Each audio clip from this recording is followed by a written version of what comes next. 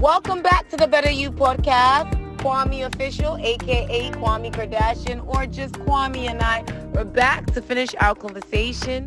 We are now on Spotify. The link is below. When you feel like you're afraid, you feel anxious, it means you just have to recognize, okay, body, okay, spirit, what you're telling me is that I'm really passionate about what I want to do. I really care about what I want to do. I really love what I want to do. So that's why I'm feeling this like fear, but it means that I care, so I have to do it anyway. Yeah. Like I learned this really simple thing from this Ariana Grande song called Monopoly with Victoria Monet. At the end of it, like they're ending the song and it's this like cute little bit where she says 5, 6, 7, 8, go. So that's what I've told myself now. Every time I'm afraid to do something, I say 5, 6, 7, 8, and just push yourself and do it anyway. Yes, and you know what I do now too is that I start with the easiest thing. Yes. Right? I start with the easiest thing, and then you do it, and then you're like, oh, that's it. And then you just keep doing it. You just different things work for different people. My sister likes to start with the hardest thing because she says that once the hardest thing is out the way, that means you've already done a lot. Right. But rip off the Band-Aid, might as well go all the way. Okay. Exactly. So you change how you look at fear, as you said, and as I've said. You start with the easiest thing, and you also remember to take it easy. Sometimes on just yourself too. Just breathe. Yeah. Relax. Just breathe. What we need to remember is we are all fighting, going through different things. Right. I'm sitting here and deep down inside of me, you have no idea maybe what I'm dealing with. Same thing, I don't know what you are dealing with. Yes. So it's very important that you think that your issue is so major, it's so big. You'll hear someone else's story and you'll be like, thank you, Jesus. Exactly. Like this compares nothing to what I have to do, and it's something like pushing past that fear and taking a risk has built me a lot of, I feel, unhumanly resilience, which number one I think I inherit from my mom. I was just telling this to her the other day, that I maybe, obviously because I was younger, I didn't fully understand and comprehend like the amount of sacrifices that she's made, the amount of pushing that she's done to like push me and my family and my brother and everything to who we are, that I think rubbed off on me, or just probably just in my DNA. Because there's many times that you do something, you're afraid, and then maybe like you take the chance, but then you get like rejected or something fails or whatever. It's like, oh, how do I do it again? And it's like, you just have to keep on. Like the only way, and it's okay to feel down and feel bad. To feel down and feel bad, but you can't stay there. Yes. Yes, it's a good feeling. Exactly what you said. Having different emotions is a good thing. Whether it's happiness, sad, it's knowing how to deal with it and how to work through them. And that's why you should face your fears. You don't need to look at them as a bad thing. And it's important to talk about it. Yes. I know I always say this, and I don't want to sound redundant, but do talk about things. Do have a support system. These things are very important. You cannot go through life alone. As much as you need to learn how to deal with things, be emotionally better, build your emotional intelligence. By the way, I just read that book, Emotional Intelligence. Oh my gosh. I'm going to list it below the author and everything. And I do think it's something that everyone should go through, especially if you haven't built a strong emotional system yet. It's a very, very, very important positive thing to do.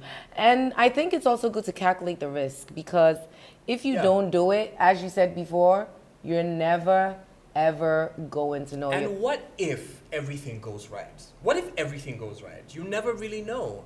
And I think one thing I've learned from, I don't think I've had an incredible amount of loss compared to other people, but I've lost a lot of. I love how you put that though. Yeah. Because you probably have, but I have. But I feel like other people have gone through worse. Where for me, like some things have hit really, really close to home.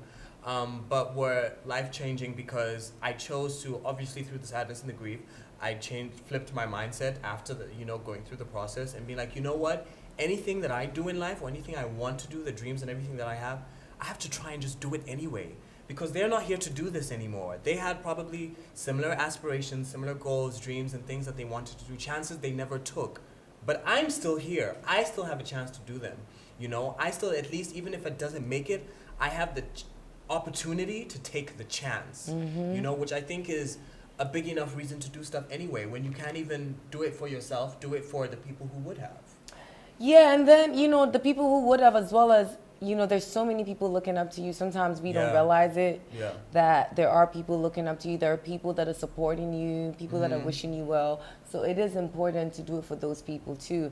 And something that my mom and my sister always say is just visualizing it. You have to sometimes Yes. visualize yourself Live it. in places. And once you visualize yourself doing it, it's easier for it to happen. And I want to repeat this. As much as I'm a perfectionist, we got to try to not be so perfect. Like, it's life.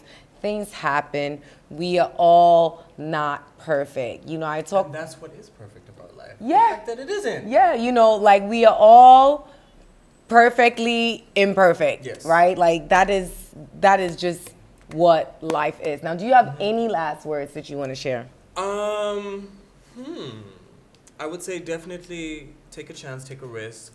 Like you said, start small. It can be something as simple as maybe you're trying to change the way you walk, the way you talk, the way you present yourself in the world, the way you take chances.